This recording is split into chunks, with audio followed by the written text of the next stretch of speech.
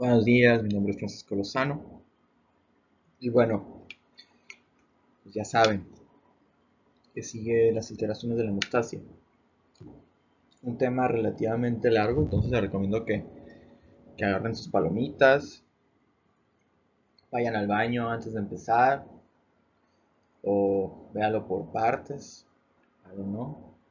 Entonces, vamos a empezar. Y bueno, las alteraciones de la hemostasia son demasiadas, ¿no? Entonces, ya estuvimos viendo en las presentaciones pasadas las diferentes alteraciones de la hemostasia que podemos encontrar en el sentido de que existen diferentes partes del sistema hemostático, ¿no? Existe el sistema procoagulante o protrombótico y existe la anticoagulación, ¿no? Entonces cada uno de esos tiene sus sistemas, sus diferentes, eh, bueno, patrones que podrían alterarse. Entonces vamos a ver una mirada general de las alteraciones del sistema hemostático. Realmente son muy sencillas hasta cierto punto. Y vamos a ver primero cómo podemos analizar en el laboratorio la coagulación. Vamos a ver primero los trastornos que se presentan con exceso de sangrado y luego los trastornos que se presentan como coagulación excesiva. Vamos a ver algunas de las manifestaciones que se pueden encontrar y bueno, qué es lo que está fallando y por qué están fallando las cosas, ¿sí? Entonces vamos a empezar por el análisis laboratorial de la coagulación y aquí podemos empezar con las plaquetas. Las plaquetas pues realmente son las estructuras básicas de la hemostasia, en el sentido de que, como les había estado mencionando, pues son las estructuras que nos aportan los blocks, ¿sí? O los ladrillos. Estos ladrillos pues, tiene que haber, ¿no? Tiene que haber ladrillos que cubran el orificio o lesión que se acaba de presentar, ¿no? Entonces, estos ladrillos tienen que estar en cantidades normales, ¿no? ¿Cuánto es la cantidad normal? Pues ahí está, ¿no? El número normalmente que se conoce de plaquetas. Y bueno, algo muy importante es que van a decir, ah, pues también hay plaquetas, wow, qué buena onda. Bueno, no es nada más que decir, qué buena onda, hay un número normal de plaquetas, sino saber por qué hay un número normal de plaquetas. Normalmente las plaquetas se originan de la médula ósea, entonces si hay un número normal de plaquetas, sé que la médula ósea está bien. El hígado produce trombopoyetina y entonces el hígado al producir trombopoyetina, ¿sí? Estimula la médula ósea para que se produzcan plaquetas. Ah, ok, entonces si hay esto es porque el hígado está bien. El vaso destruye las plaquetas. Entonces, si el vaso no está funcionando de manera aberrante, entonces hay un número normal de plaquetas. Entonces, y siempre tiene que haber un equilibrio entre lo que se produce y destruye de plaquetas. Entonces, tú cuando ves este número de plaquetas no es nada más decir, ah, está bien.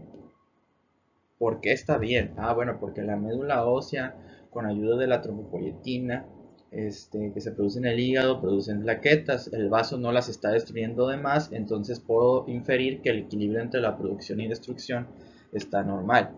Ahora, si las plaquetas no están dentro de este número, no significa que el paciente esté enfermo, pero es muy probable que sí lo esté.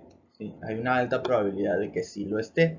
Este valor solamente cubre al 95% de las personas, no significa que el paciente esté enfermo, pero se van a dar cuenta después en sus cursos más especializados que hay valores un poquito más críticos que no tiene caso mencionarlos aquí, ¿no? Entonces es importante saber qué es lo que nos determina que las plaquetas están normal. Ahora, si algo de esto no sirve, probablemente las plaquetas no van a estar bien. O sea, si la médula ósea no sirve, no va a haber plaquetas. Si el hígado no produce trombopoyetina, va a haber menos plaquetas. Si el vaso está comiéndose las plaquetas, no va a haber plaquetas.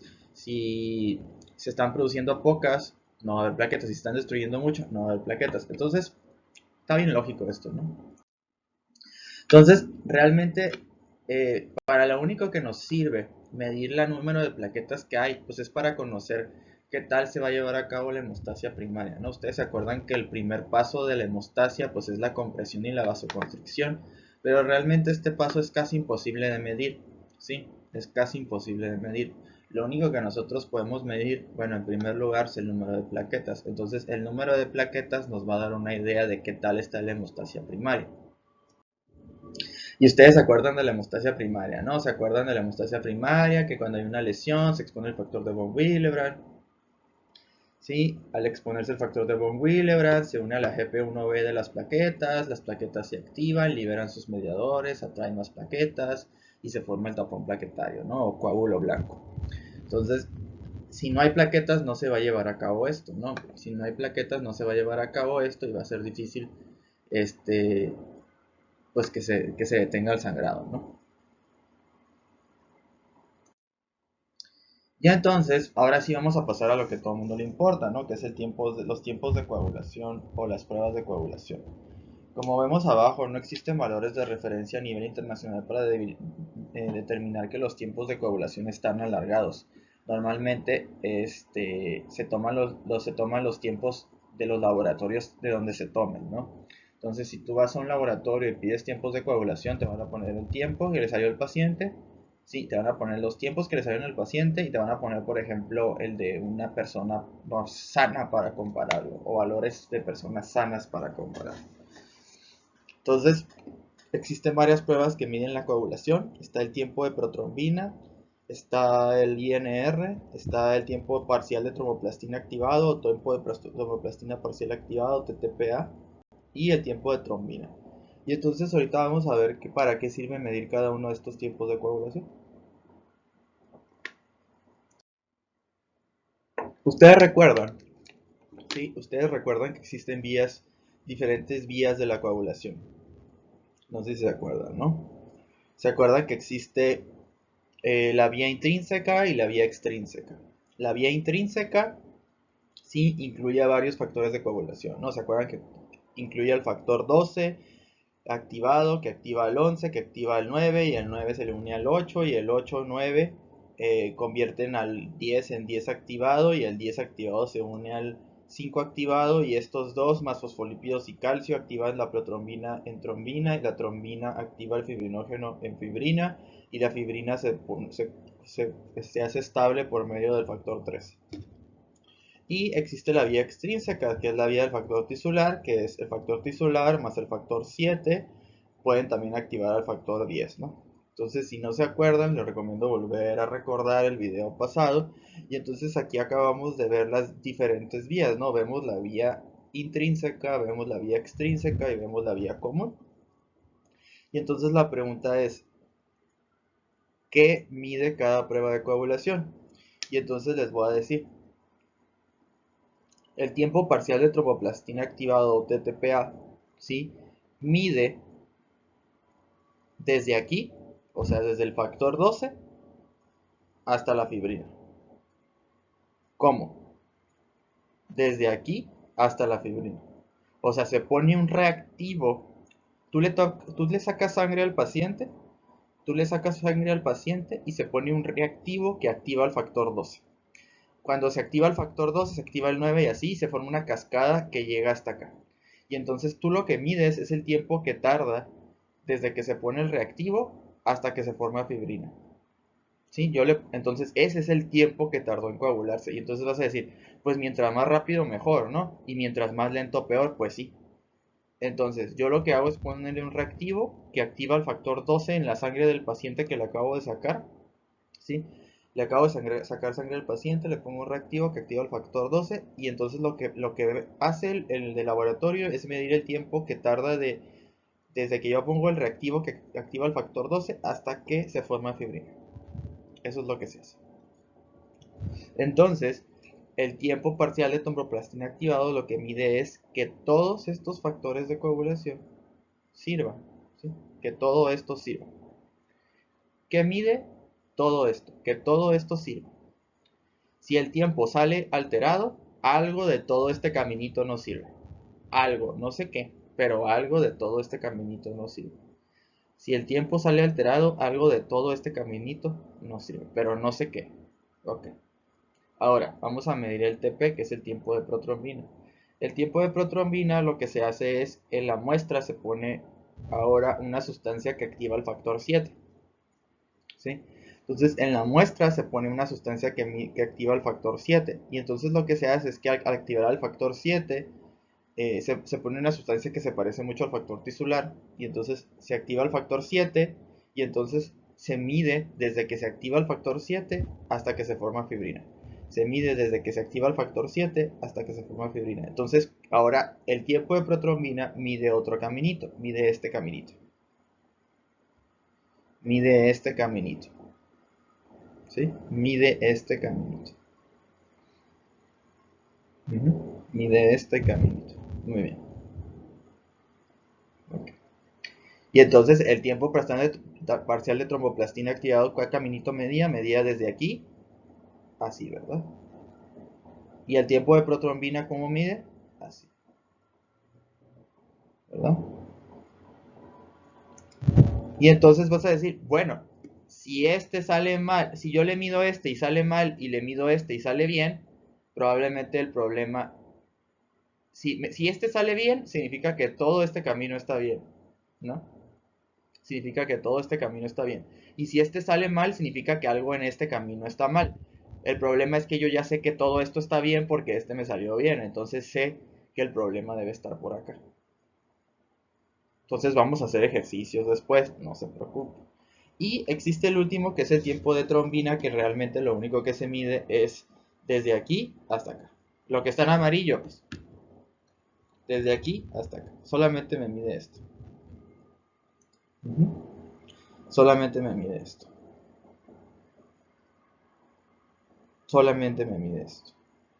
¿Ok? Entonces, el tiempo de trombina únicamente me mide esto.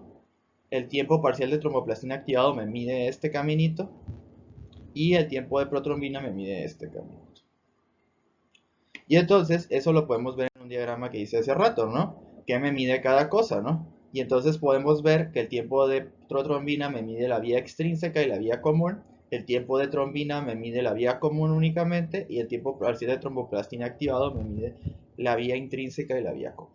Entonces las pruebas de coagulación me sirven para saber cómo está esto y cómo está esto. Y van a decir, oye, pero ¿y esto para qué? ¿O qué? Bueno, es que hay enfermedades, por ejemplo, donde no hay factor 7, hay enfermedades donde no hay algunos factores de la vía intrínseca, que algunos de aquí, entonces yo le mido al paciente los diferentes tiempos de coagulación y si tarda mucho en coagularse la sangre es porque a lo mejor me hace falta alguno de esos factores. ¿Sí? Y entonces, si no estoy seguro, normalmente los que más se piden son el TP y el TTPA. ¿Sí? El tiempo de trombina es un tiempo muy especializado. Y entonces,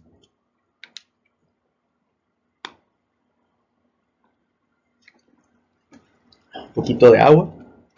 Para empezar a hablar de estos factores de coagulación, pues yo ya les estuve mencionando que algunos de los factores de coagulación dependen de la vitamina K.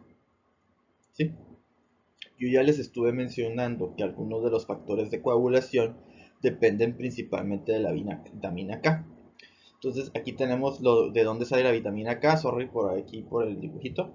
Pero por ejemplo, aquí están las legumbres y los verdes, ¿no? Los greens. Entonces de aquí sale la vitamina K, se absorbe el intestino, de ahí llega al hígado, y en el hígado facilita la síntesis de algunos factores de coagulación. Yo ya les dije en las diapositivas pasadas, ¿no? 2, 7, 9, 10 y proteína C, ¿no? 2, 2, 7, 9 y 10 y proteína C. Y entonces podemos ver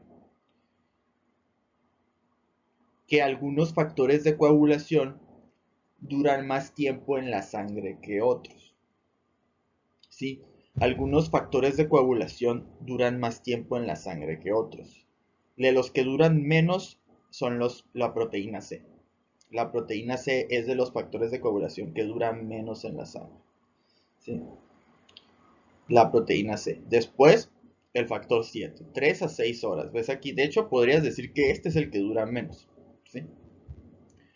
El factor 7, pero normalmente se acepta que este es el que dura menos, la proteína C. El factor 7 también dura muy poco. Entonces, primero, si un paciente tiene deficiencia de vitamina K, si un paciente empieza a tener deficiencia de vitamina K, los primeros factores de coagulación que se van a afectar es primero la proteína C. Y luego el factor 7. Y entonces si un paciente tiene vitamina K, el primer tiempo de coagulación que se le va a afectar es el TP, porque el tiempo de protrombina mide al factor 7. Ese es el primer tiempo de coagulación que se le va a afectar. Y de hecho los pacientes que tienen deficiencia de vitamina K es lo primerito que pasa. Lo primerito que pasa es que les falta factor 7. Y entonces puedo medir el tiempo de protrombina y les va a salir alargado y el TTP todavía les sale normal. Pero si la deficiencia de vitamina K dura más tiempo, van a empezar a tener deficiencia del factor 2, del factor 10, del factor 9, ¿sí? El factor 9 que es de la vía intrínseca, tenemos al factor 10 que es de la vía común, tenemos al factor 2 que es de la vía común. Entonces, pues realmente primero el paciente tendría un TP alterado, porque este es el primero que empieza a fallar. Pero si la deficiencia de vitamina K se vuelve más pronunciada, le van a empezar a faltar otros factores de coagulación y entonces todos los tiempos de coagulación se van a empezar a afectar. Entonces eso es un patrón clásico de estos pacientes. Primero tienen alterado el TP y ya después tienen los otros tiempos de coagulación alterados, debido a que el primero que se les acaba es el factor 7.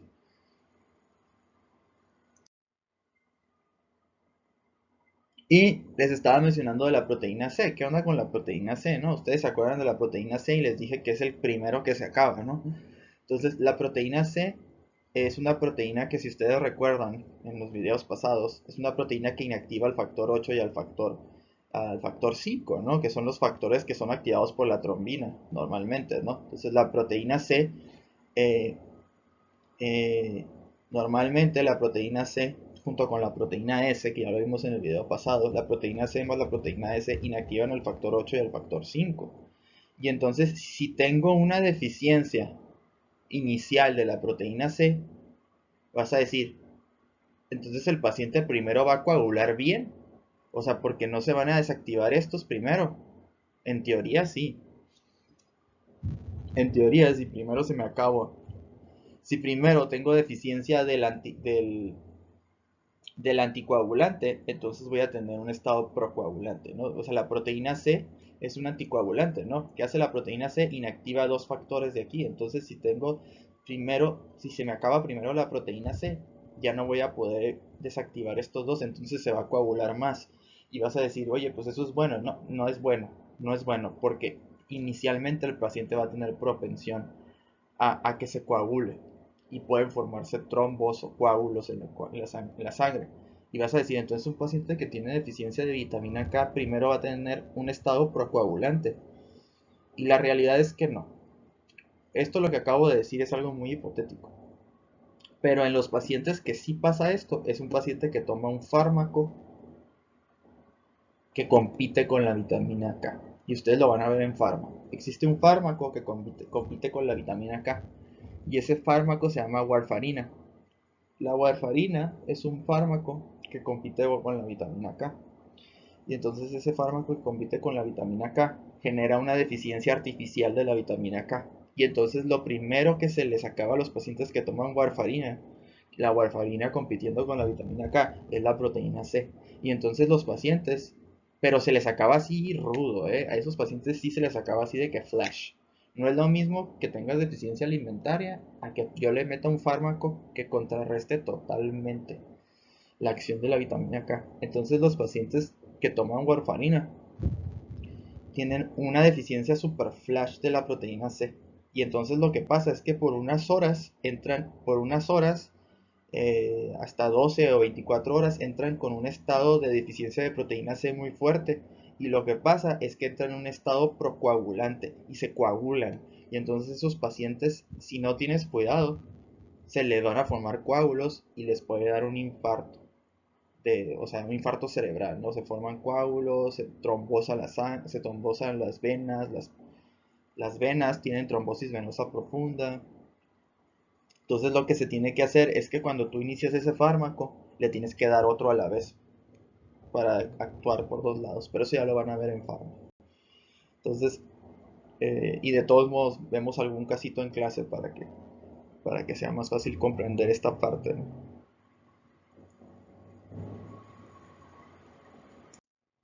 Entonces, lo que les estaba diciendo, ¿no? La vitamina K nos ayuda a la síntesis de estos, ¿no? Pero si yo le pusiera un fármaco que bloquee completamente la acción de la vitamina K, tendría una deficiencia flash de la proteína C y entonces entraría en un estado procoagulante. Ya después de cierto tiempo que se me acaben los otros, se me equilibraría el asunto y pasaría al estado anticoagulante. Entonces, la vitamina K es muy importante y podemos medir cosas en la coagulación, ya les dije, ¿no? La vitamina K realmente actúa en diferentes factores de coagulación, algunos de la vía extrínseca, otros de la vía intrínseca, y entonces pues, realmente tienen muchos mecanismos de acción, pero les dije que el primero que se acaba es la proteína C y el primer tiempo de coagulación que se podría alargar es el TP, ¿no? Porque es el factor 7 que es el que dura menos tiempo en la sangre. Entonces ya vimos que para medir que si se forme un coágulo le tenemos que medir los tiempos de coagulación. Tenemos tiempos de coagulación que me miden la vía intrínseca, que me miden la vía extrínseca, que me miden la vía común. Podemos medir las plaquetas, ¿sí? Y existe un tiempo que se llama el tiempo de sangrado.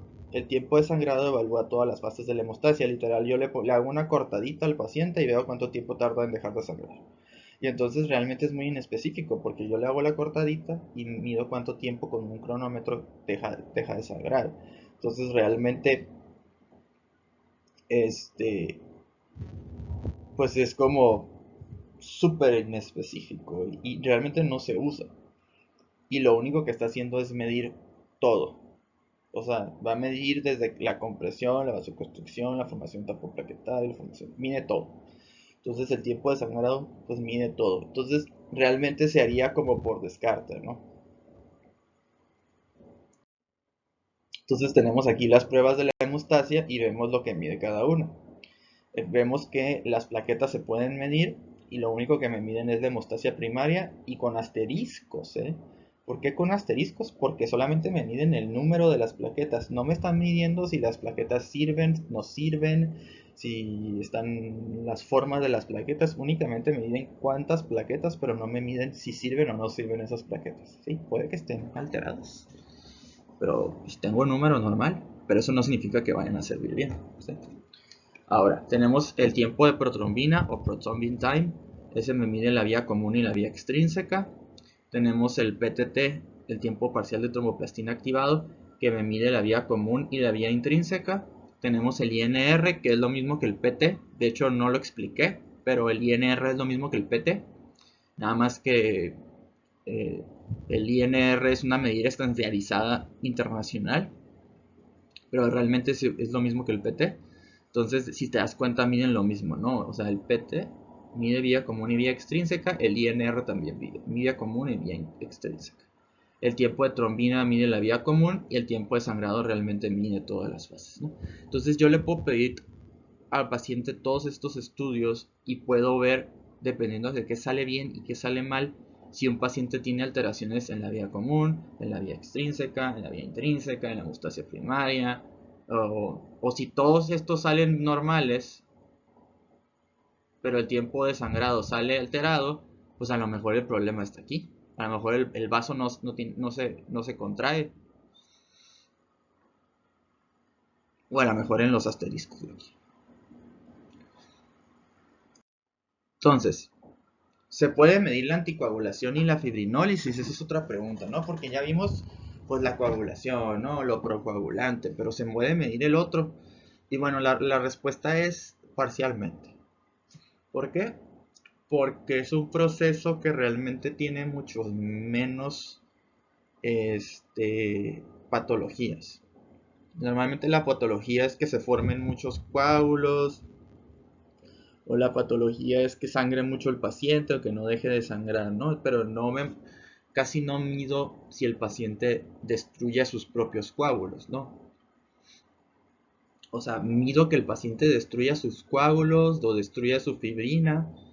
Pues de que se puede medir, se puede medir. ¿Y cómo se mide? Pues realmente esto se mide midiendo el desecho de esto. Puedo medir este qué tanta fibrina se está destruyendo. Entonces se llama PDFs, así como PDF, PDFs, ¿no? Entonces en los laboratorios puedo medir el producto de degradación de fibrina, que es un estudio de laboratorio que realmente lo que mide es cuánta fibrina se está destruyendo. Y entonces me mide la fibrinólisis, ¿no? El dímero D es uno de los productos de degradación de fibrina, ¿sí? La fibrina se rompe en el fibrinopéptido A, fibrinopéptido B y dímero D. Entonces, uno de los productos de degradación de la fibrina es el dímero D. Entonces yo mido más específico el dímero D a veces, ¿no? Que es un producto de degradación de fibrina. Entonces, normalmente se forma fibrina cuando se forma un coágulo. Puedo medir la fibrinólisis. ¿Cómo mido la fibrinólisis? Pues midiendo el desecho de la degradación de la fibrina, que puede ser productos de degradación de fibrina, que es un estudio de laboratorio muy específico, y el dímero D, que es más específico. Y se van a dar cuenta más adelante en su práctica médica que realmente no se miden estos para esto. Se miden, o sea, yo les mido esto para saber si se forman coágulos. Porque si se forman muchos coágulos, se van a destruir también muchos coágulos. Entonces, van a decir, eso suena muy raro. Bueno, es que imagínate que se están formando muchos coágulos, ¿no? Se están formando muchos coágulos. Y entonces, normalmente no deberían formarse coágulos. Entonces, si normalmente se forma un coágulo, entonces ese coágulo se destruye y se liberan PDFs, productos de degradación de fibrina. Aquí se liberó un PDF. Entonces, normalmente se forma un coagulito y ese coagulito a largo plazo se va a destruir y se libera un PDF. Si yo le mido los PDFs, me va a salir en 1. Pero si se están formando muchos coágulos, muchos coágulos, muchos coágulos, muchos coágulos, muchos coágulos, muchos coágulos, también se están destruyendo muchos coágulos. Entonces hay muchas partes de esos que se están destruyendo. Y entonces, ¿cuántos PDFs se van a liberar?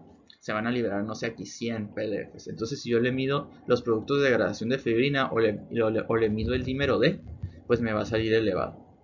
Entonces realmente estos dos no se miden para ver qué tanto está destruyendo coágulos el paciente, sino para ver si se están formando muchos. Y si se están formando muchos, también se están destruyendo muchos.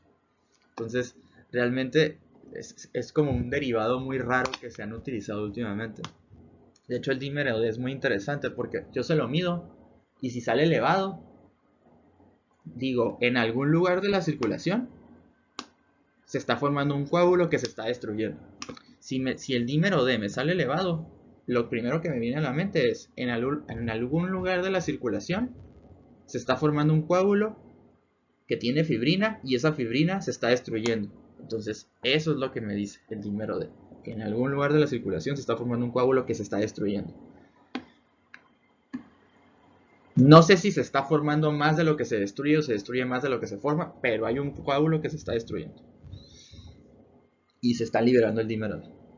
Entonces hay que ver si está un coágulo en algún lugar dañino.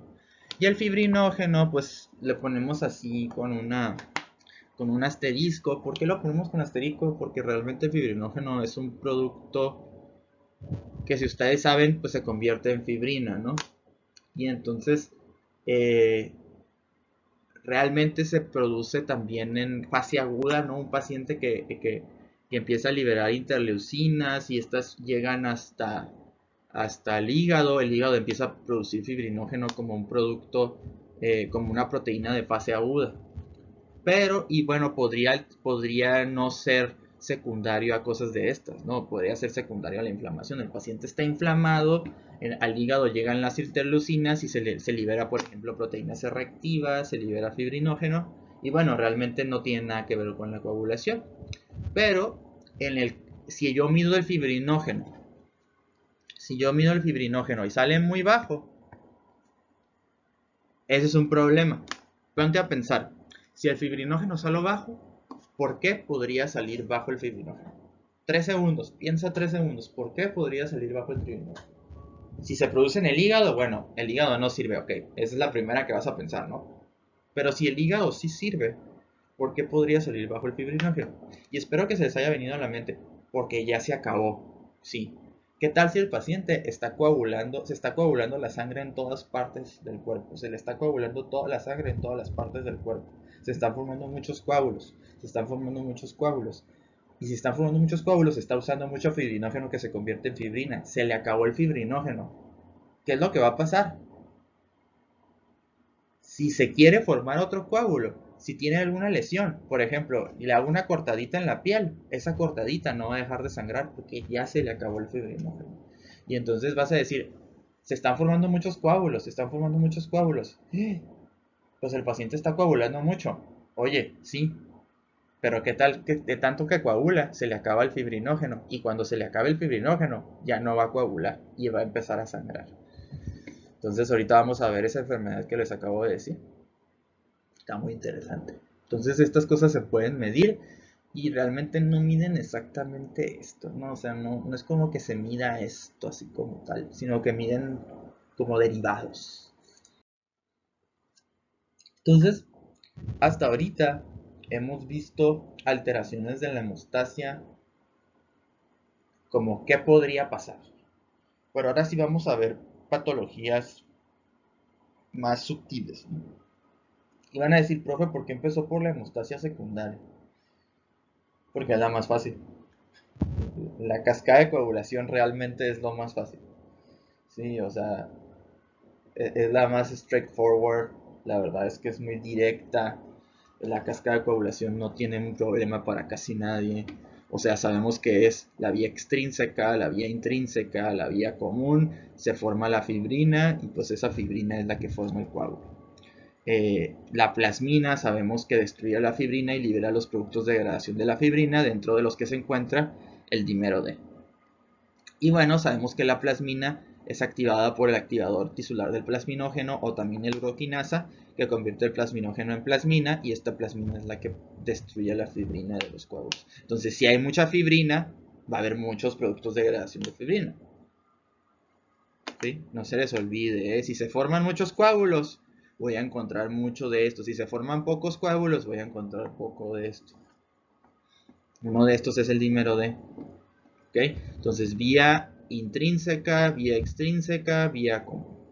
Y bueno, en esta imagen realmente está muy interesante porque vemos algunas cosas interesantes que a ustedes tal vez se les pasa, ¿no? Y por ejemplo, podemos empezar con los fármacos. Aquí podemos ver algunos fármacos que se utilizan como anticoagulantes. Y van a decir, ¿qué tiene que ver esto con fisiopatología? Nada, no tiene nada que ver. Pero está muy fácil explicarlo, lo acabamos de ver. Acabamos de ver la cascada de la coagulación y bueno, el conocimiento de la cascada de coagulación se ha utilizado para idear fármacos y de hecho algunos de estos se descubrieron antes de la cascada de coagulación que contrarresten la cascada. Entonces, si yo tengo un paciente que quiero anticoagular, ¿sí? Quiero que no coagule la sangre, le tengo que dar uno de estos fármacos. Y ustedes seguramente todo, desde ahorita, desde el inicio de la coagulación, se han puesto a pensar, ¿por qué quisiera hacer que un paciente no coagulara, ¿no? O sea, que cuando se corte sangre. Ahorita vamos a ver, ahorita lo vamos a ver, ahorita lo vamos a ver. No sé, vamos a ver esas enfermedades donde se tiene que anticoagular al paciente. Entonces, vemos aquí anticoagulantes y vemos, por ejemplo, la heparina de bajo peso molecular. Eso significa Low Molecular Weight Heparin. O heparina también. Son un poquito distintas las dos, pero realmente tienen un efecto muy similar. ¿Okay? Las heparinas, hay dos, una grandota, que es la heparina grandota, o no fraccionada también llamada, y la heparina chiquita, o de bajo peso molecular. Ya ustedes verán en Pharma cuál es la diferencia, porque hay una chiquita y una grandota. Pero bueno, estas normalmente actúan inhibiendo al factor 10, ¿no? Las heparinas inhiben al factor 10 y también inhiben a la trombina, ¿sí? Inhiben a la trombina. Tienen un mecanismo de acción muy interesante, las heparinas, ¿sí? Y hay inhibidores también directos del factor 10 como apixaban o rivaroxaban. Nomás acuérdate, aquí está la XA de 10 activado, XA van, como de prohibir. ¿Sí? Apixaban, rivaroxaban, estos dos inhiben el factor 10 y fondaparinux es una pseudoheparina modificada que también inhibe el factor 10. Entonces, te das cuenta que algunos de los fármacos que se utilizan para evitar la coagulación actúan directamente sobre el factor 10, ¿no? Y entonces, de esa forma, combato la coagulación como desde la raíz, ¿no? Evito que la vía intrínseca y extrínseca activen al factor 10. Y de esa forma, pues se para la coagulación en este punto.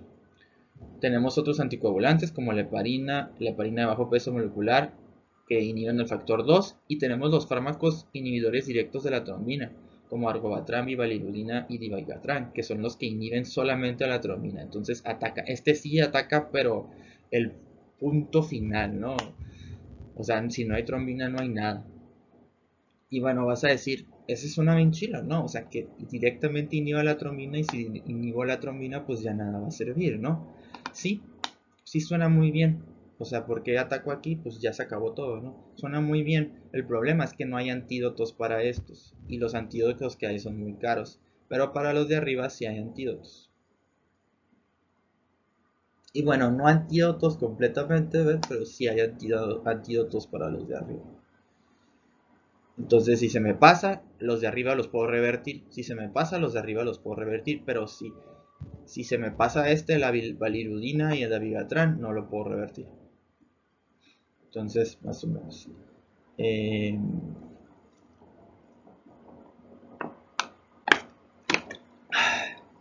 Muy bien. Entonces, aquí está la hemostasia secundaria. Y vamos a empezar a ver también que les había mencionado, ¿no? La gamma glutamil carboxilasa es la que activa los factores dependientes de vitamina K. ¿Y cuáles son los factores dependientes de vitamina K? El 2, 7, 9, 10, proteína C y proteína S.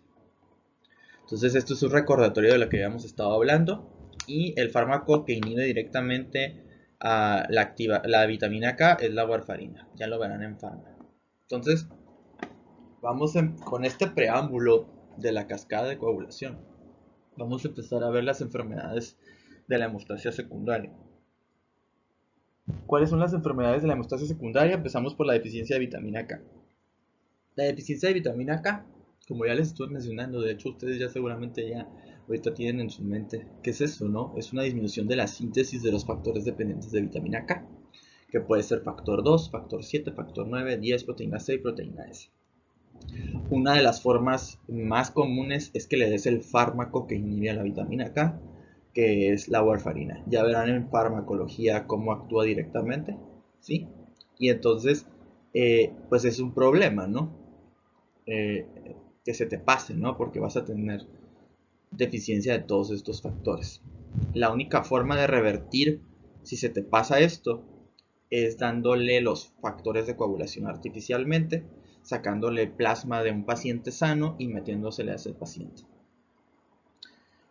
También otra cosa que puede pasar es que los neonatos no tienen bacterias en su intestino. Entonces, las bacterias en el intestino producen vitamina K. Y entonces a los neonatos que no tienen bacterias en el intestino, de hecho las primeras bacterias que adquieren los neonatos es de la mamá. Entonces, y de hecho del canal vaginal. Entonces un bebé que nace por cesárea no adquiere las bacterias entéricas y tiene muchos riesgos de nacer por cesárea. O sea, ese es uno, ¿no? No tiene las bacterias de la mamá.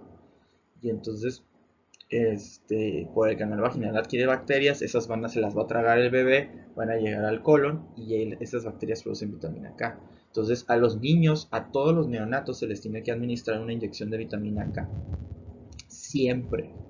Ustedes cuando estén en los partos, cuando cachen al niño y se los den, le van a poner una inyección de vitamina K y le van a poner gotitas en los ojos, que son antibiótico para evitar la transmisión vaginal de clamidia y gonorrea. Ya habíamos hablado de esto. El que tiene menor vida media o dura menos tiempo es el factor 7 y el que tiene la vida media más larga es el factor 2. Y algo muy interesante es que esto no tiene nada que ver, pero bueno, ya habíamos hablado de esto, ¿no? De que el factor de von Willebrand se une al factor 8, pero no sé por qué lo pusieron aquí. Pero bueno, yo creo que hasta ahorita ya vimos lo de la deficiencia de vitamina K, ¿sí? Más o menos cómo se presenta. Entonces, recordatorio que ya habíamos estado platicando, el PT y el INR miden la vía común y extrínseca y el PTT la común y intrínseca, ¿verdad? Y entonces empezamos también con otras enfermedades. Ya hablamos de la deficiencia de vitamina K, ahora vamos a hablar de deficiencias de factores de coagulación específicos. La hemofilia A, B y C, A, B o C.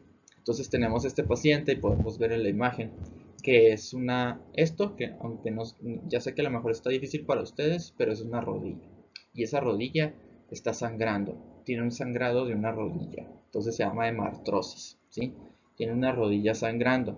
Entonces todos los pacientes con hemofilia tienen un aumento del PTT, pero el PT normal, pero el PTT está elevado, pero el PT normal. O sea, el tiempo de protrombina está normal y el tiempo de parcial de tromboplastina activado está elevado. Y eso significa que el problema donde está en la vía intrínseca. Entonces este paciente tiene un problema en la vía intrínseca. Intrínseca. Porque si este salió normal, es que estos dos están normales. Si este salió normal, es que estos dos están normales. Si este está normal, este está normal. Y si este salió alterado, es que uno de estos dos está alterado. ¿Cuál está alterado? Este, por descarte. La vía intrínseca está alterada. Y entonces, en estos pacientes de la hemofilia A, B o C, la vía intrínseca está alterada. Puede ser por deficiencia del factor 8, vía intrínseca, deficiencia del factor 9, vía intrínseca, o deficiencia del factor 11, vía intrínseca. Entonces estos pacientes tienen deficiencia de la coagulación de estos factores, ¿sí? Todavía tienen la vía extrínseca, ¿sí? Todavía tienen la vía extrínseca, todavía la hacen, todavía tienen una vía de coagulación, pero les hace falta la mitad, ¿sí? Les hace falta la mitad. Y entonces estos pacientes tienen tendencia a hemorragia, algo que se le llama hemofilia o tendencia al sangrado. Principalmente tienen sangrado, ¿sí? De cavidades. Principalmente tienen sangrado de cavidades. Principalmente tienen sangrado de cavidades. ¿De qué cavidades? Hemartrosis. Sangrados a las articulaciones, a la rodilla. De hecho, la rodilla es la más común. Por ejemplo, un paciente se cae desde su propia altura, en el sentido de que se cae de rodillas. Una de esas rodillas va a empezar a sangrar, ¿no? Y normalmente a ti te puede pasar lo mismo, ¿no? Empiezas a sangrar, pero este paciente no puede dejar de sangrar o tarda mucho tiempo en dejar de sangrar. De hecho, sí dejan de sangrar, pero tardan mucho tiempo en dejar de sangrar. De hecho, la forma de tratar a estos pacientes es inyectándoles directamente el factor. Ahorita vamos a ver eso. Entonces, sangrado de las rodillas, sangrado fácil, sangrado después de una operación o de un trauma, como procedimientos dentales. Entonces, son sangrados principalmente cavidades y tienen así pueden tener fácilmente la formación de hematomas, ¿sí? Entonces, realmente estos pacientes sangran por un estímulo, ¿sí? No sangran así nada más. Si te das cuenta, no es como que están por la calle y sangran, ¡pum! No, como que algo tuvo que pasar para que sangre, ¿sí? Entonces, normalmente el niño llega, estaba en la bici, estaba jugando fútbol y de la nada empezó a sangrar, empezó a formarse un moretón, o la rodilla se les puso grandota, o no lo deja de sangrar la nariz, eso es más raro, o después de una cirugía dental no deja de sangrar y entonces tú dices, no, pues, y le haces las medidas necesarias. Si llega a esto, ya sabes que es hemofilia, ¿no? Pero por ejemplo, un sangrado dental, pues ahí sí tendría que medirle los tiempos de coagulación y veo que este está elevado y este está normal, pues ya sé qué es. Y entonces le mido los factores de coagulación directamente, mando a pedir el estudio donde le mido el factor directo de coagulación y me doy cuenta que no tiene el factor 8, que es el más común, o no tiene el factor 9, o no tiene el factor 11. Entonces yo le inyecto directamente el factor que le hace falta y de esa forma repongo la actividad que le hace falta al paciente. Y el problema pues está en la vía de coagulación intrínseca. Hablamos de la vitamina K. Les dije que lo primero que me hace falta, en la deficiencia de vitamina K es que se me acaba el factor 7 y entonces lo primero que se eleva es la vía extrínseca y entonces no hay, el PT es el primero que sale elevado, pero después de cierto tiempo el PTT también puede salir elevado. Entonces realmente una deficiencia de vitamina K grave los dos salen elevados, ya después de cierto tiempo, ¿no? Y es un defecto general de la coagulación. Y algo interesante es que el tiempo de sangrado sale normal. Y vas a decir, ¿cómo que el tiempo de sangrado sale normal, profe? O sea, ¿cómo va a salir el tiempo de sangrado normal? Bueno, es que no sirven estos, no sirven estos, ¿sí? Pero todavía hay compresión, vasoconstricción, plaquetas. Entonces, realmente, como el tiempo de sangrado es una lesión muy pequeña, como el tiempo de sangrado es una lesión muy pequeña, esa lesión pequeña se puede se puede compensar hasta cierto punto. Esa lesión tan pequeña que se hace en el brazo o en la mano o en el antebrazo se puede compensar con únicamente vasoconstricción, compresión y plaquetas, ¿sí? Entonces es una lesión tan pequeña que no es necesaria la participación de factores de coagulación. Pero si este paciente tuviera una cirugía donde hiciera un corte más grande, intervención de vísceras, intervención dental, no va a dejar de sangrar, no va a dejar de sangrar, no va a dejar de sangrar. Entonces depende mucho, ¿no? O sea, pues si se tiene deficiencia de vitamina K, este paciente con cualquier cosa va a sangrar mucho, ¿no? Sí, pero el problema es que el tiempo de sangrado, pues ya les dije cómo se mide, nada más un cortecito en la piel y ver cuánto tiempo deja de sangrar. Y pues ese cortecito realmente con la vasoconstricción y compresión y las plaquetas es suficiente. Entonces les estaba hablando de la hemofilia A, que es la hemofilia clásica, y es una enfermedad recesiva ligada al X, es decir, únicamente la tienen los hombres. Y bueno, las mujeres sería muy difícil, tendrían que tener los dos cromosomas X alterados, que se resulta en la deficiencia del factor 7. Clínicamente, eh, ya les dije que nada más en hombres, y los síntomas varían mucho, ¿no? Dependiendo del grado de deficiencia. La hemofilia, de hecho, hay muchos grados de deficiencia. Hay grados en el que el factor 7 sirve, pero a medias, o, no sé, o se produce de una manera incorrecta, o se produce de una manera normal o de plano no hay. Entonces realmente hay muchas, ya las verán en genética, hay muchas alteraciones genéticas que pueden causar que el factor 7 no se produzca. Entonces, dependiendo del tipo, pues va a ser, o sea, el grado, la severidad de la deficiencia, pues también va a ser el grado de sangrado que pueden tener estos pacientes, ¿no?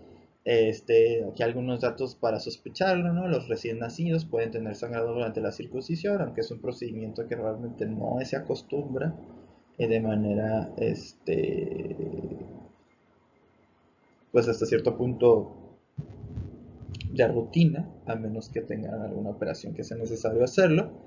Y pues ya saben cuáles son, ¿no? El problema son sangrados espontáneos en las articulaciones después de un trauma muy pequeño, muy pequeño. Bueno, si le das un batazo en una rodilla al paciente, aunque tenga o no tenga hemofilia, va a sangrar. Sí, pero este paciente, por ejemplo, le cae una taza de café en la rodilla y sangra. Oye, pues eso no es normal, ¿no? O sea, tienen artrosis, sangrado fácil, o sea, la formación de hematomas o moretones fácilmente después de un trauma pequeño, y en las cirugías tienen sangrado muy difícil de controlar, muy difícil de controlar. En los estudios de laboratorio ya les dije que se encuentran, ¿no? Las plaquetas están normales, porque el problema no es de las plaquetas, y el tiempo de sangrado es normal, porque ya les dije que la lesión del tiempo de sangrado sería muy pequeña, entonces con las plaquetas y la vasoconstricción y compresión se hace. El tiempo de protomina está normal, ¿por qué? Porque la vía extrínseca está normal, y el que está prolongado o alargado o alterado es el tiempo parcial de tomoplastina activado, que es el que mide la vía intrínseca, donde participa el factor 8. El tratamiento es el concentrado de factor 8, y decirle al paciente que ya no puede andar en bicicleta ni jugar deportes de contacto. Tenemos después la hemofilia B, que es la enfermedad de Christmas. Realmente no les voy a preguntar el nombre. Es igual, recesiva ligada al X, que se resulta en la deficiencia del factor 9, que es idéntica a la hemofilia A, y se trata también con el factor 9. Esta es mucho más rara, ¿sí? Esta es mucho más rara, y es mucho más difícil encontrar el factor 9, ¿sí? Es mucho más difícil encontrar el factor 9 en una sala de urgencias. El factor 8 sí se encuentra en la mayoría de las salas de urgencias pediátricas, de hecho, porque es una enfermedad de niños, ¿sí?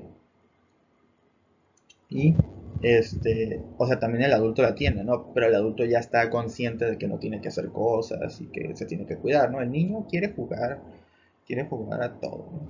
Entonces es mucho más difícil encontrar el factor 9. Y existen algunas coagulopatías adquiridas que ya les mencioné, como la deficiencia de vitamina K, que es una disminución de la síntesis de los factores 2, 7, 9, 10, proteína C y proteína S. Y por ejemplo también, si en el hígado se sintetizan estos, pues también este, una enfermedad hepática me podría causar que no tuvieras virtualmente todos los factores de coagulación, excepto el que no se sintetiza en el hígado. ¿Cuál es el factor de coagulación que no se sintetiza en el hígado?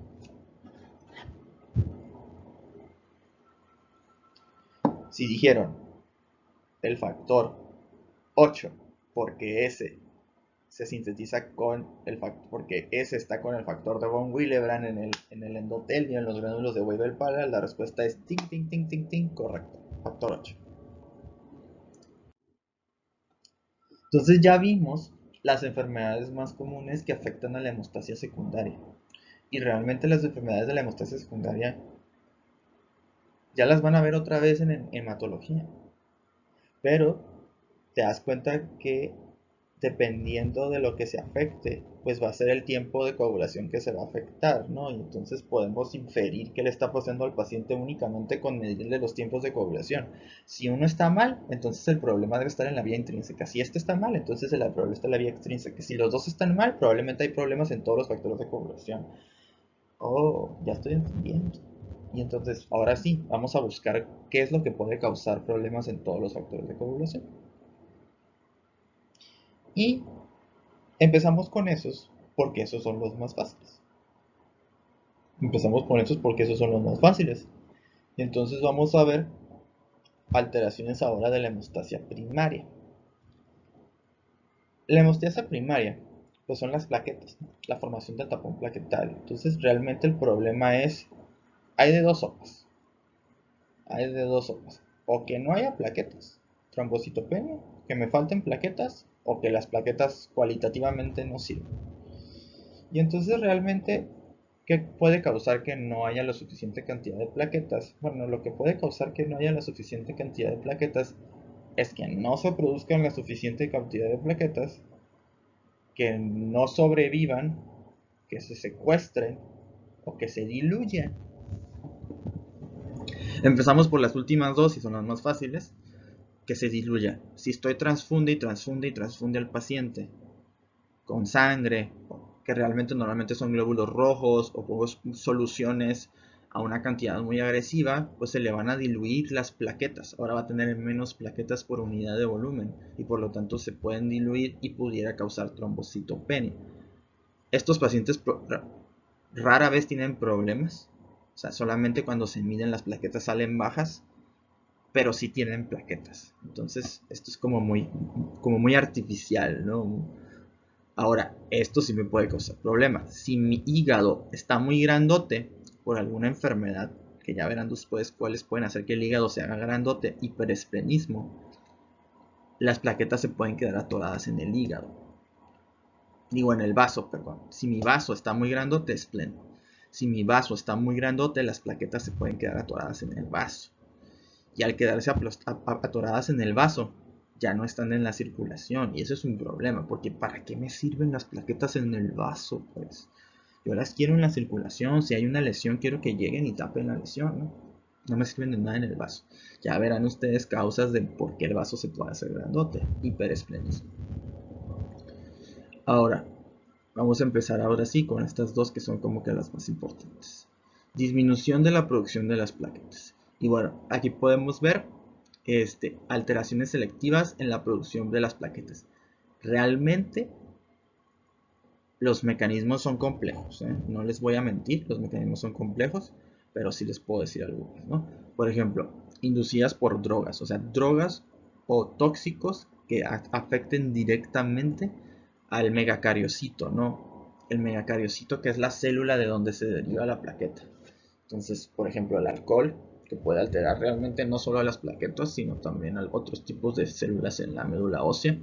Las tiacidas, que son todos esos fármacos que ustedes conocen, que actúan a nivel del túbulo contorneado.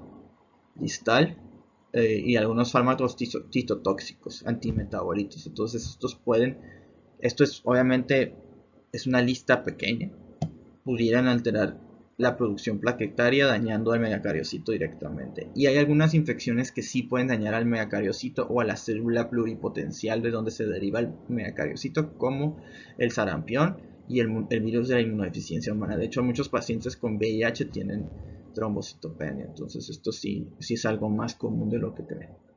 Entonces, deficiencias nutricionales, bueno, la vitamina B12, el folato, son vitaminas necesarias para la formación de ADN, y entonces estos pacientes pudieran tener, como no se está produciendo ADN, no se está produciendo replicación, pudieran tener deficiencia de las plaquetas o alteraciones de los megacariocitos. ¿Qué es esto de leucemia megaloblástica? Hay unas leucemias que gastan mucho de esto de acá. Y entonces por esta leucemia se gasta esto, y entonces si se gasta esto, ya las otras células del cuerpo ya no las pueden usar. Y entonces si no puedo usar esto, pues ya no voy a producir plaquetas. Que esté dañada toda la médula ósea. Si no sirve la médula ósea, pues no se van a producir plaquetas. Si hay algo que esté invadiendo la médula ósea, por ejemplo una leucemia que se ponga en la médula ósea, un cáncer que haga metástasis a la médula ósea, una enfermedad granulomatosa inflamatoria que dañe la médula ósea, o algunas enfermedades que estos también son leucemias pero especiales, los síndromes mielodisplásicos, son algunas especies de leucemias que dañan también la médula ósea. Y entonces, si te das cuenta, esto es por disminución de la producción de plaquetas. Le van a decir, profe, no me voy a aprender todo esto. No, no te lo tienes que aprender. O sea, nomás ponte a pensar. O sea, te di ejemplos ahorita de qué puede hacer que no se produzcan plaquetas, ¿sí? Ahora te voy a decir ejemplos de qué puede hacer que no sobrevivan tanto las plaquetas. ¿Qué puede hacer que no sobrevivan las plaquetas? Destrucción inmunológica. Que tenga anticuerpos contra las plaquetas, ¿sí? Como trombocitopenia inmune, que es la destrucción por anticuerpos, o sea, anticuerpos contra las plaquetas. Puede ser crónica o aguda, realmente no nos vamos a poder discutir de cuál es la diferencia. Entonces, trombocitopenia inmune. O que tenga una enfermedad autoinmune que daña un tejido, pero de paso también se lleva a las plaquetas, como el lupus, que tiene anticuerpos antinucleares, daña muchas partes, pero también se llega a las plaquetas. Alguna leucemia o linfoma de las células B. Recuerden que las células B producen anticuerpos, entonces si hay muchos anticuerpos puede que se lleven también a las plaquetas. También puedo tener anticuerpos post-transfuncionales o de la mamá que se los pasa al niño.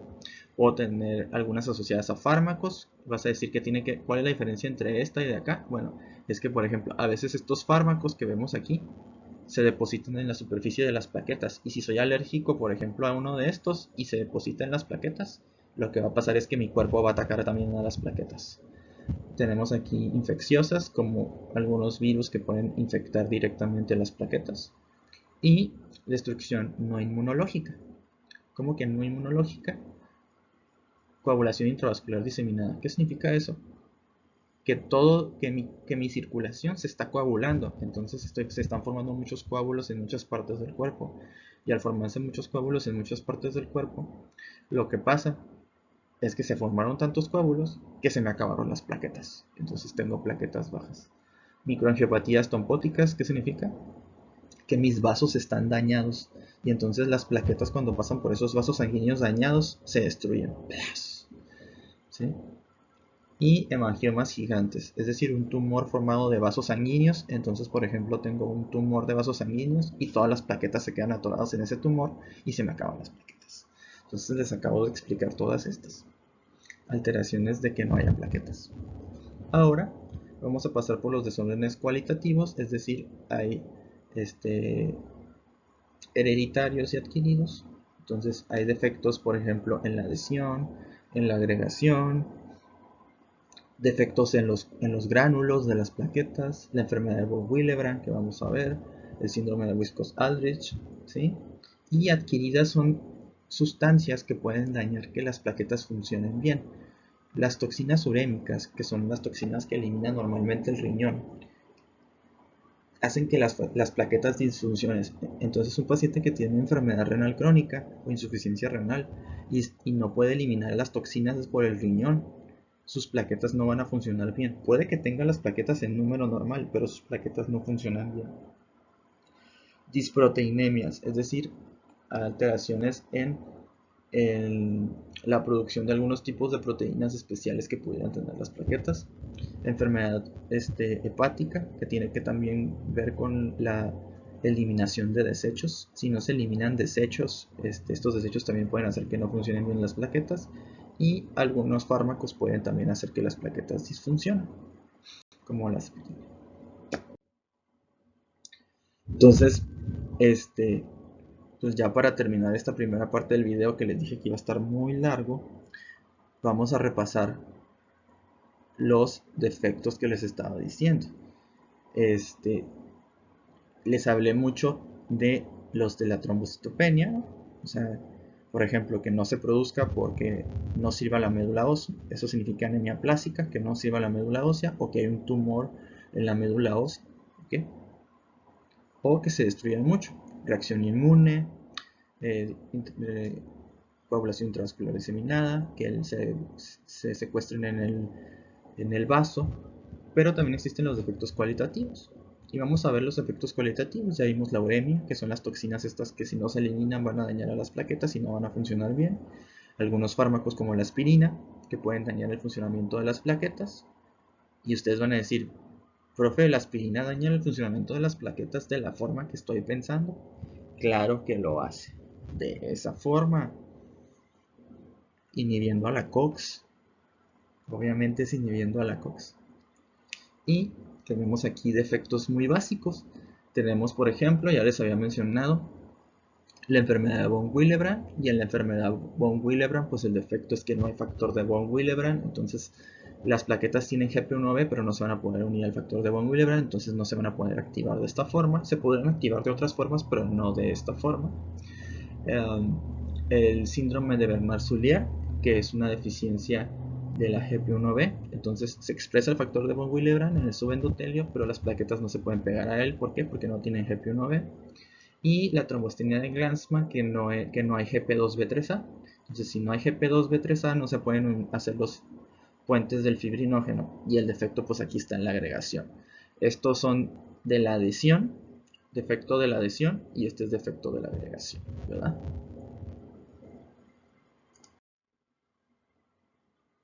Aquí hay otra imagen de lo mismo, ¿sí? Podemos ver aquí que está expresado el factor de von Willebrand y ahí se pega la GP1B. Esto es una plaqueta, ¿sí? Entonces, factor de von Willebrand, GP1B, se activa la plaqueta, se expresa la GP2B3A en la superficie, se hacen los puentes de fibrinógeno y entonces ya las otras plaquetas también se unen, ¿no? Y en esta imagen podemos ver algunos fármacos que actúan aquí. Podemos ver aquí a los fármacos que bloquean al receptor de ADP, por ejemplo, que el ADP, ¿se acuerdan que activaba las plaquetas? Entonces el ADP activa las plaquetas. Existen fármacos que bloquean al receptor de ADP, que también es conocido como P2Y12, que esos fármacos que bloquean a ese receptor son clopidogrel, prasugrel y tiroxicopidina. Hay fármacos que bloquean al GP2B3A, entonces bloquean la agregación plaquetaria, como lo son apiximab, eptifibatida y tirofiban. Y pues aquí podemos volver a ver aquí las enfermedades, el de von Willebrand, Bernard-Soulier y la trombostenia de Glanzmann, ¿no? Podemos ver el efecto de la aspirina bloqueando la COX, no se producen tromboxanos y los tromboxanos activan las plaquetas, entonces ya no se activan tantas plaquetas. Y también podemos ver lo que producen las células endoteliales, que las células endoteliales es donde se produce el factor 8 junto con el factor de von Willebrand, ¿se acuerdan? Que se libera a la circulación. Entonces, los desórdenes de las plaquetas son relativamente sencillos, ¿sí? Son defectos en la formación del tapón plaquetario. Estos pacientes sí tienen un aumento del tiempo de sangrado porque las plaquetas sí tienen un papel especial en esa lesión pequeña que yo le estoy haciendo, las plaquetas y la vasoconstricción. Y lo interesante es que los desórdenes de las plaquetas no se presentan como las hemofilias. Los desórdenes de las plaquetas se presentan más como microhemorragias, sangrados mucosos, epistaxis, petequias, púrpura. ¿Qué significa esto? Lesiones pequeñas. No sé si ustedes han visto puntitos rojos que a veces les salen en la piel. Eso es una petequia. Son puntitos, microhemorragia, puntitos puntitos en las membranas epistaxis púrpura, son puntos más grandotes. Tus pacientes tienen aumento del tiempo de sangrado y pueden llegar hasta tener disminución del conteo plaquetario. Puedo yo medirle las plaquetas y pudieran salir bajas, pero eso no es constante y por eso sale aquí platelet count normal o bajo. Es que esto es inconstante, ¿sí? Y de hecho le podemos tachar aquí como esto es inconstante. Pero el que sí sale elevado es el tiempo de sangrado, ¿no? Porque estas plaquetas no sirven y eso es las plaquetas son esenciales para detener el sangrado en la lesión pequeña que yo le hago artificialmente. Entonces, síndrome de Bernard-Soulier, defecto de la formación de tapón plaquetario, ¿sí? Por una deficiencia de la GP1B, que ya no se puede pegar el factor de von Willebrand. Esto no le dan caso. Y la trombostenia de Glasgow también es un aumento del tiempo de sangrado, es un defecto de la GP2B3A y entonces no se forma la agregación entre plaqueta a plaqueta, ¿no? Que ya les había mencionado con el fibrinógeno. Entonces terminaremos platicando esta súper larga presentación acerca de otros trastornos cuantitativos. Realmente al principio de la división de los trastornos plaquetarios o de la hemostasia primaria hablamos de trastornos en el número y trastornos en la función. Y hablaremos ahorita de mención especial a 3 trastornos del número de plaquetas de la hemostasia primaria. Entonces estos 3 trastornos de la hemostasia primaria que tienen un carácter más cuantitativo los ponemos juntos porque realmente son muy similares. Vamos a ver. Vamos a empezar por la trombocitopenia inmune. De hecho, ya hablamos un poquito de ella, donde les dije que había un ataque inmune mediado por medio de anticuerpos IgG contra las plaquetas. Entonces, genera las manifestaciones de una deficiencia plaquetaria, como son las petequias, púrpura. Una púrpura es una petequia grandota, nada más. Y puede haber formación de hematomas más rara vez. Sí, realmente las manifestaciones más iniciales son estas y pues realmente son pacientes que son difíciles de operar por el número de plaquetas que tienen. La etiología, bueno, la causa, pues ya les dije, no son anticuerpos que se forman contra las plaquetas, principalmente contra la glicoproteína 2B3A o contra la GP1B. Entonces, como dice aquí, es una hipersensibilidad de tipo 2, de tipo celular, anticuerpos que van a encontrar un tipo de célula, aunque sabemos que las plaquetas no son células, pero bueno, se entiende. Y algo interesante es que estos anticuerpos se hacen en el vaso. Entonces las plaquetas se destruyen y las plaquetas se destruyen ahí mismo por los macrófagos del vaso. Entonces, algo muy interesante, y vas a decir, oye, ¿por qué mencionas esto? ¿Qué tiene interesante? Lo interesante es que eso nos da la idea de la forma en la que se puede tratar. Entonces el problema aquí es que tengo anticuerpos que van directamente contra las plaquetas. Y entonces mi sistema inmune está atacando las plaquetas que tengo y las está destruyendo, generándome manifestaciones de deficiencia de plaquetas, o sea, alteraciones de la hemostasia primaria. Y bueno, pues el tratamiento es sencillo, ¿no? Hay que hacer que mis células ya no produzcan tantos anticuerpos de este tipo, es decir, puedo usar un fármaco que altere la función de los linfocitos B, células plasmáticas, que existe. Puedo darle fármacos reguladores de la respuesta inmune, como lo son los corticosteroides, o pudiera, si es necesario, quitarle el vaso, ¿no? Que es el lugar donde se producen y se destruyen las plaquetas, ¿no? Producen los anticuerpos y se destruyen las plaquetas. Le quito el vaso y estos pacientes mejoran de una manera muy importante, ¿no? Pero son pacientes que hasta cierto punto pueden remitir, pueden llegar a remisión. Van a ver esto, es un tema muy interesante que lo van a ver en hematología, pero ya ven, pues una enfermedad prototipo, ¿no? Y vamos a pasar a la otra enfermedad prototipo, que es la trombocitopenia, la púrpura trombocitocrónica trombótica, o púrpura trombótica trombocitopénica, da la misma, como le quieras decir. Púrpura trombótica trombocitopénica. Y van a decir, ¿qué es eso de la púrpura trombótico trombocitopénica? Pues es un trastorno, como dice aquí, de la hemostasia, en el que se forman muchos trombos. Y van a decir, oye, pero ¿cómo que? Pero no se supone que este es un trastorno donde no hay plaquetas. Sí. ¿Y por qué se forman muchos trombos? Ajá. Ok, se forman muchos trombos y por eso al acabarse las plaquetas que forman los trombos, tenemos trombocitopenia. No se les olvide eso que dije, ¿eh? Esa es la razón, ¿eh? O sea, formamos muchos trombos. En esta enfermedad formamos muchos trombos, formamos muchos coágulos. Y al formar muchos coágulos se me acaban las plaquetas. Y como se me acaban las plaquetas, se genera púrpura, que es el sangrado de ese petequial un poquito más grande. Oh, ok, entonces yo entiendo que se estaban formando trombos, eso hace que se acaben las plaquetas porque se forman muchos trombos en muchos lugares de la circulación y entonces eso me genera sangrados mucho más fáciles. Ok, y entonces esto está asociado ¿a qué? ¿A qué está asociado esto? A una deficiencia de una enzima que se llama ADAMTS13. ADAMTS13 es una metaloproteinasa de matriz. Es una metaloproteinasa, es una enzima. Esta es una enzima, la ADAMTS13 es una enzima que es responsable de destruir al factor de von Willebrand, ¿sí? De romper al factor de von Willebrand. Entonces, en condiciones normales, el factor de von Willebrand no está nada más ahí en la circulación dando la vuelta y fin de la historia, ¿no? En condiciones normales, el factor de von Willebrand se produce y se destruye, se produce y se destruye. Si tengo una deficiencia en la enzima que destruye el factor de von Willebrand que está en la circulación, lo que va a pasar es que va a haber un momento en el que esté llena la circulación de factor de von Willebrand, se activan las plaquetas, se forman los trombos, se acaban las plaquetas porque se forman los trombos y empieza a sangrar el paciente. Y entonces, esto se manifiesta normalmente en mujeres adultas debido a que tienen ahí algunos factores que tienen que ver con estrógenos y hormonas sexuales, cosa que no me voy a meter mucho. Pero estos pacientes tienen una cantidad, ¿sí? de anormalidades que van a decir, ¿y esto qué tiene que ver con las plaquetas? Estos pacientes tienen 5 cosas. Y vas a decir, ¿y eso qué tiene que ver con las plaquetas? Entonces les voy a explicar cuáles son esas 5 cosas que tienen estos pacientes. Vamos a ver. Entonces, lo primero es que tienen algo que se llama trombocitopenia. Y bueno, es lo primero que está, ¿no? Entonces tenemos aquí un vaso sanguíneo y tenemos mucho factor de von Willebrand que no se puede romper. Ese factor de von Willebrand que no se puede romper hace que se activen las plaquetas.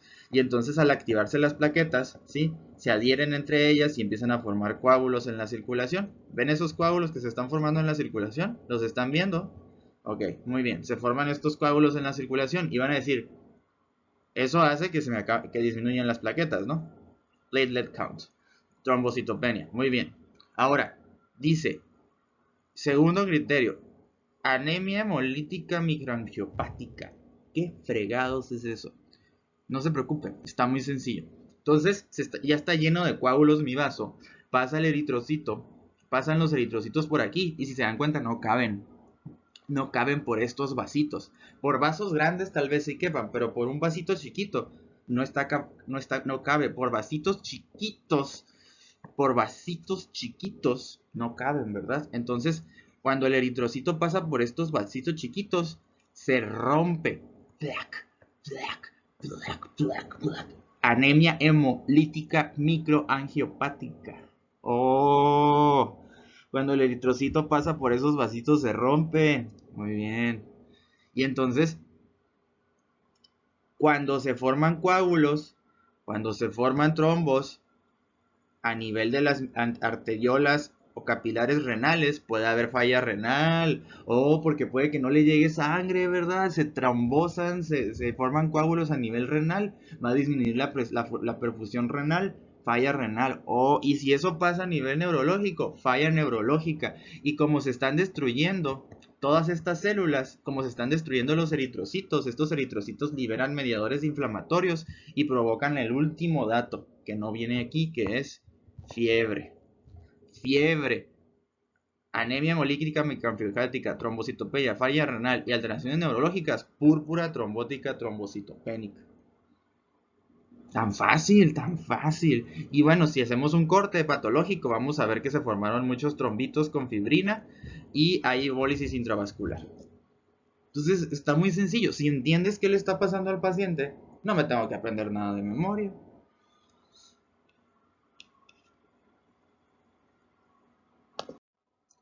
Y por último, la última de las 3, ¿sí? Enfermedades cuantitativas es esta, es el síndrome urémico hemolítico. que también es una... A ver, ya están viendo aquí, dices, ay, ya creo que ya le voy a entender, profe. Es una microangiopatía trombótica debido a daño endotelial. ¿Y eso por qué o qué? Ah, bueno, es que a veces, aquí está un intestino, tragamos comida que está echada a perder o que tiene una toxina. Esa toxina, esa toxina puede generar daño endotelial. Ok, creo que ya sé para dónde va, profe. Entonces, si hay daño endotelial, si hay daño endotelial, ok, a nivel intestinal, a nivel renal, a nivel de pequeños vasos, ¿qué se expresa si hay daño endotelial? El factor tisular, ¿verdad? El factor tisular. ¿Y qué pasa? Se activan las plaquetas. Se activan las plaquetas. ¿Y qué pasa? Se forman los trombos slash coágulos, ¿verdad? Trombos, coágulos. ¿Y qué pasa? Se acaban las plaquetas. ¿Sí? Se acaban las plaquetas. Trombos a nivel riñón, falla renal. Trombos a nivel intestinal, diarrea, dolor abdominal. ¿Qué pasa? Lo mismo como pasaba la pasada si se forman los trombos a nivel de pequeños vasos cuando pasan los eritrocitos. Anemia hemolítica microangiopática.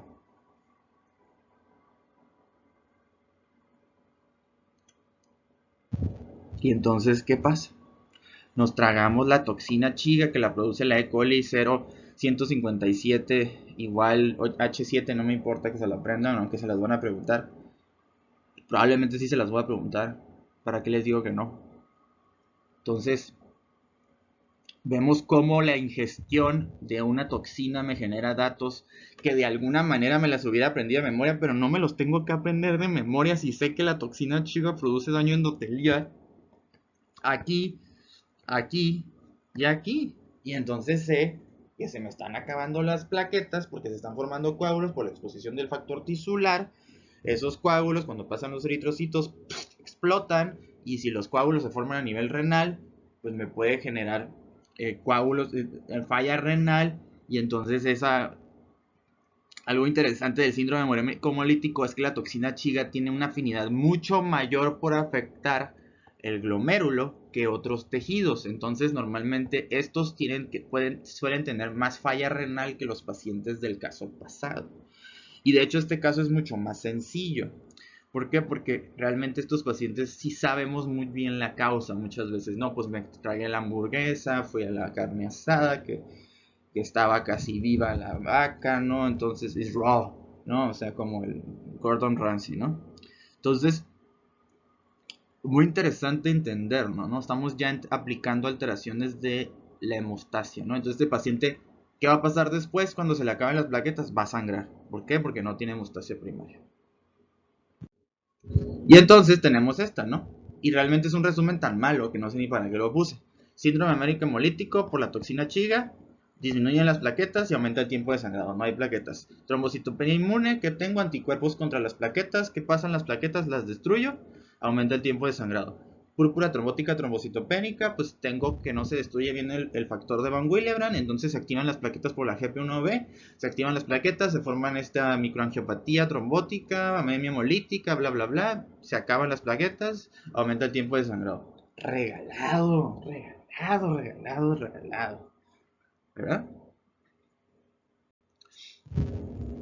Y bueno, ya para terminar, hablaremos del último trastorno, que es los trastornos mixtos, que es la enfermedad de von Willebrand.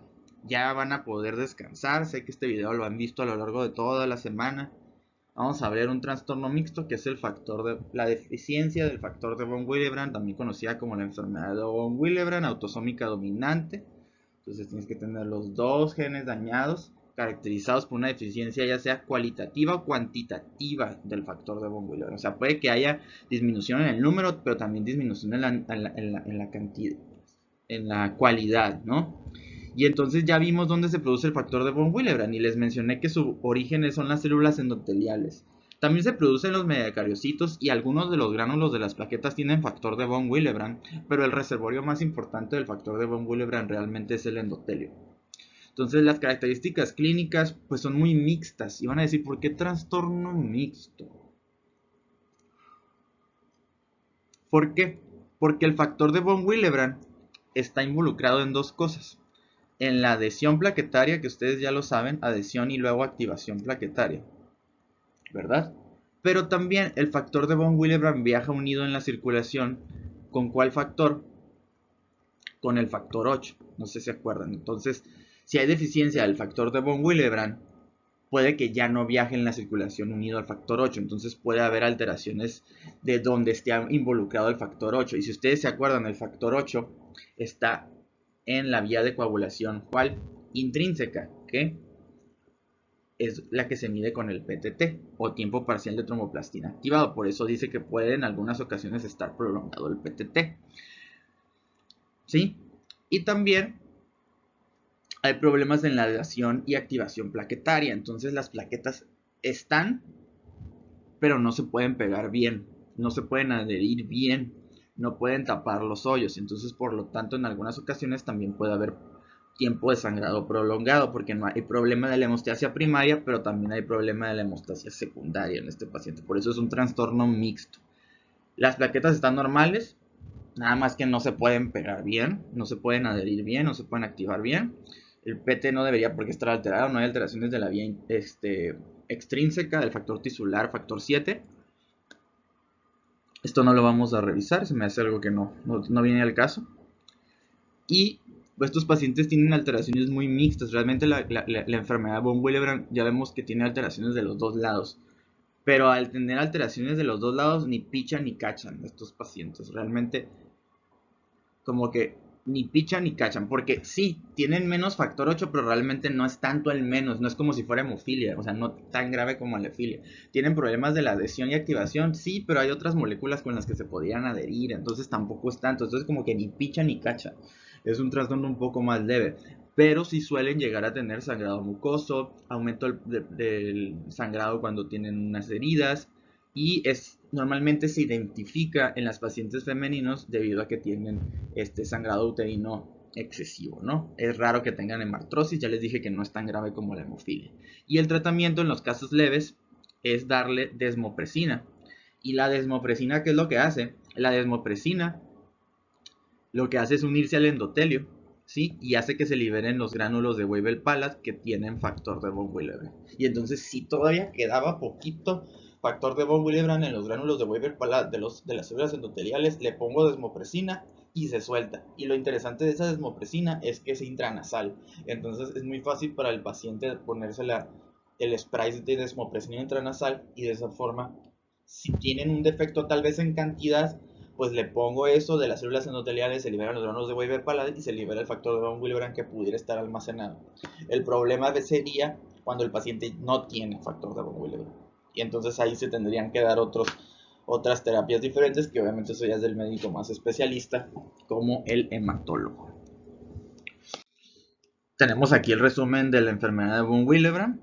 Y pues es lo que les estaba mencionando, hay un aumento del tiempo de sangrado porque hay un problema en la hemostasia primaria, principalmente en la adhesión plaquetaria, como viene aquí, en la formación del tapón plaquetario, y pueden tener el PTT aumentado, a veces normal, pero aumentado. ¿Por qué? Porque como ya vemos que el factor de von Willebrand actúa como una proteína cargadora del factor 8, entonces si no hay factor de von Willebrand, no hay factor 8, y el factor 8 está involucrado en la vía de coagulación intrínseca, por lo tanto aumenta el PTT o tiempo parcial de tromboplastina activado. Entonces, esto va a ser todo de los trastornos de la hemostasia. Primera parte, es lo malo, ¿no? Hay otro video, ahorita lo vamos a revisar si quieren, pero bueno, espero que les haya servido y que hayan aprendido algo. Fin. Duerman un rato.